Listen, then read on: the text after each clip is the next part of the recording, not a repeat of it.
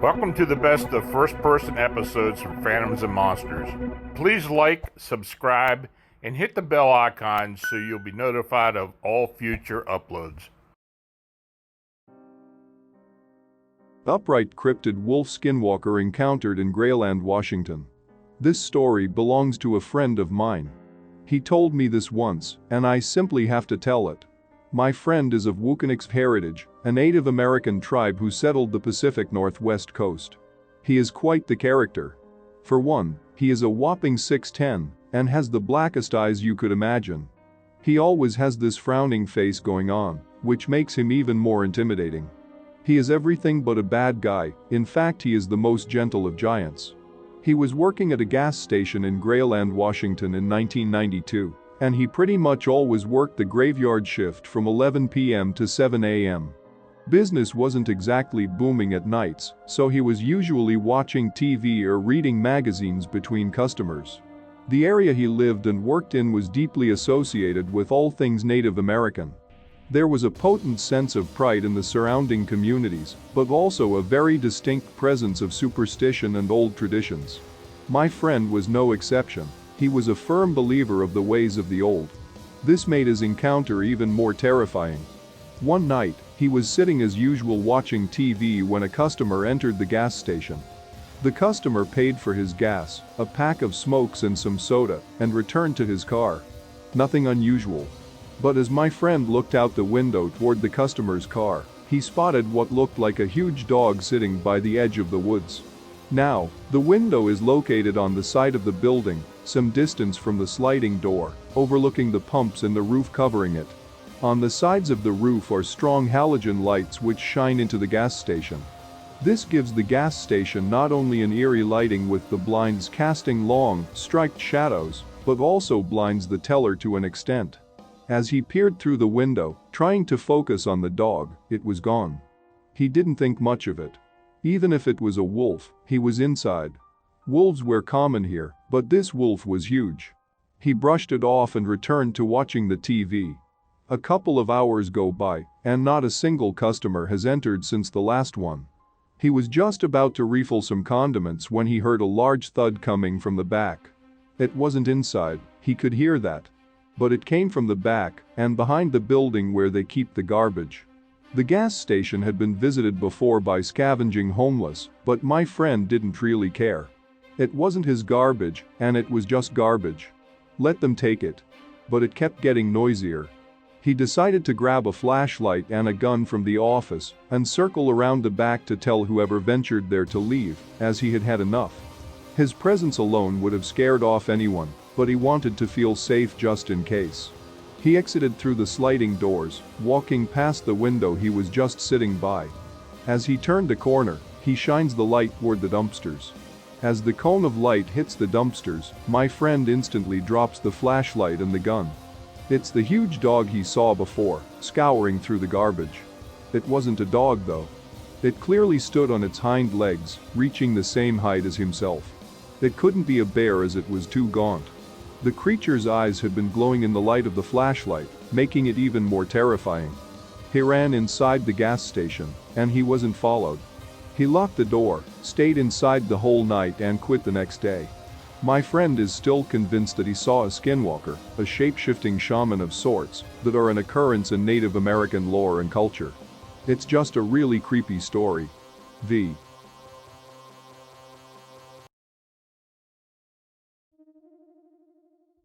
Possible Skinwalker encounter on Navajo Nation Reservation, Arizona. This story happened to my friends, we'll call her Kat, Mom. Kat was just a kid and had an older brother and a younger brother. They all lived on the res of the Navajo Nation with their parents in your standard Navajo trailer. Kat's dad was a police officer for the Navajo Nation, so he was out a lot, and there were many nights spent with just their mom.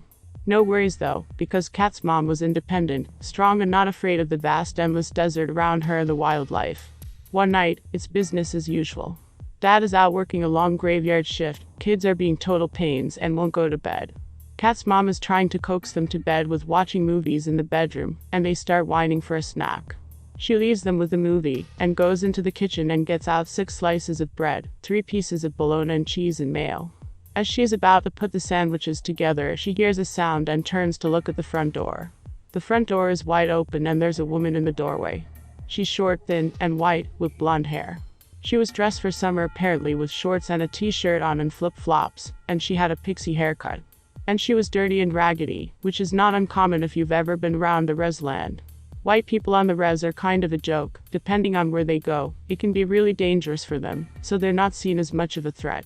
Apparently Kat's mom was of the attitude of, "What the bleep are you doing in my house?"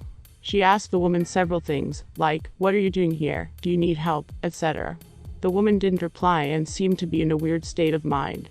Being a cop's wife, her first impression was that this was some white moron who tried a little too much paid and got lost from her moron friends in the desert.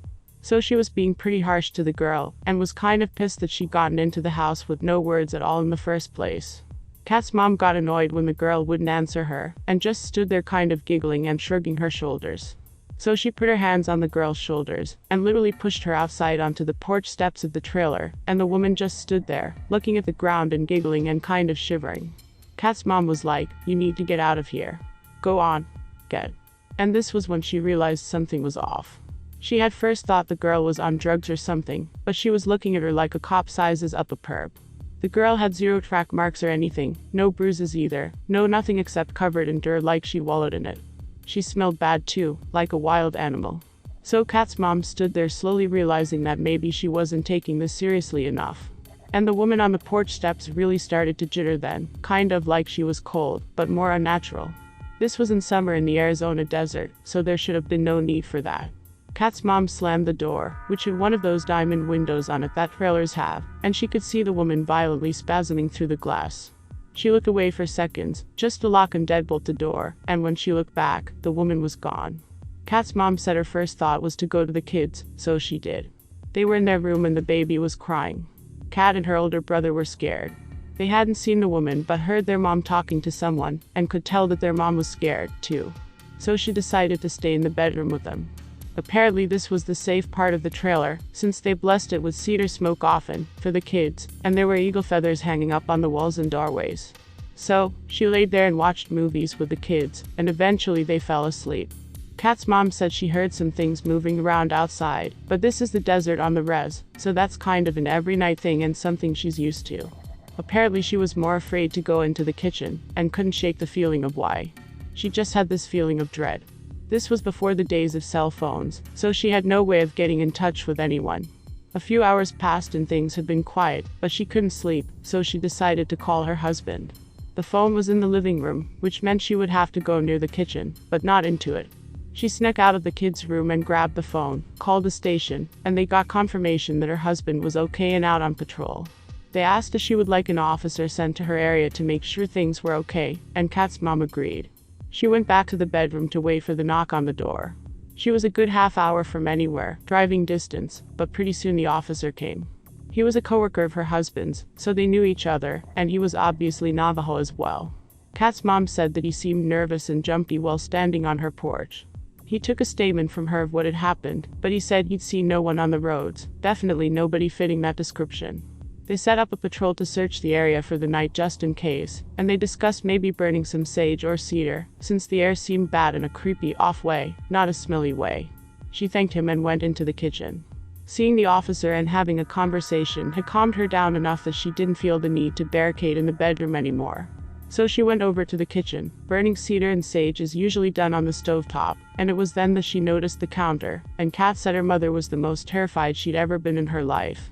The bread, bologna, and cheese were gone. Completely gone, though they'd been there hours earlier, and she for a fact had not moved them, and had also for a fact deadbolted the door. Kat's mom's theory is that the woman had come back into the trailer while everyone was in the bedroom and had taken the food, and that's why she, the mom, had instinctively been afraid to come back in that area. As far as I know, that's the one incident where something got into their home. She's never told me of anything else. Alex.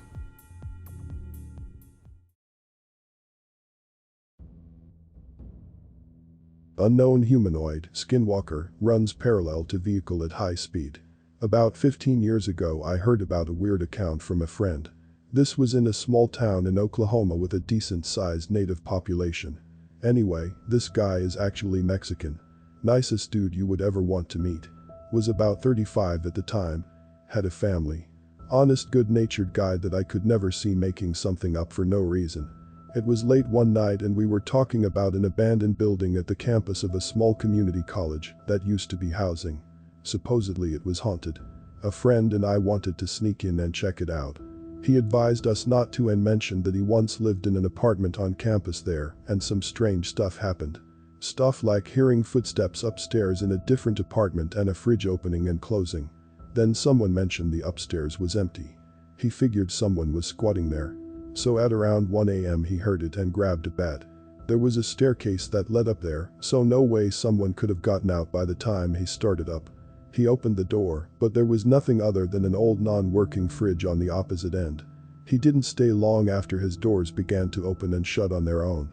But he claimed that wasn't nearly as freaky as the last time he was in Mexico. He was driving back to the US after visiting family. His wife was in the passenger seat asleep.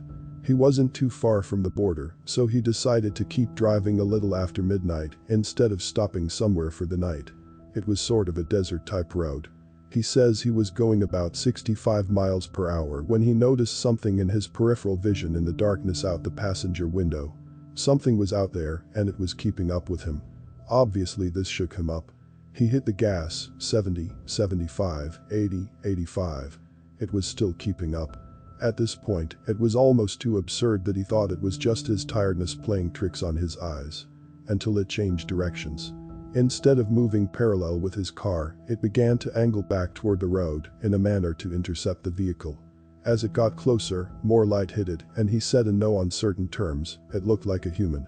It was still slightly shadowed from the darkness, but he was certain it was a humanoid form. He accelerated to 90 miles per hour and a few seconds later, it angled back into the darkness and was gone. As he finished the story, I could tell his eyes were welled up and his hands were trembling. And this was a tough, no BS dude. It physically struck him to the core just to recall it. Not surprisingly, he said he is never going back to Mexico. This is very similar to Skinwalker accounts I have heard from friends and family on the reservation.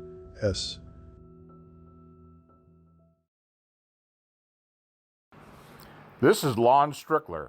If you like this program, it would help us if you would give it a thumbs up. Then subscribe and click the bell icon so you get notification when we upload new first-person encounters. We have many more to come very soon. And by the way, if you have a suggestion or an experience of your own, please leave a comment.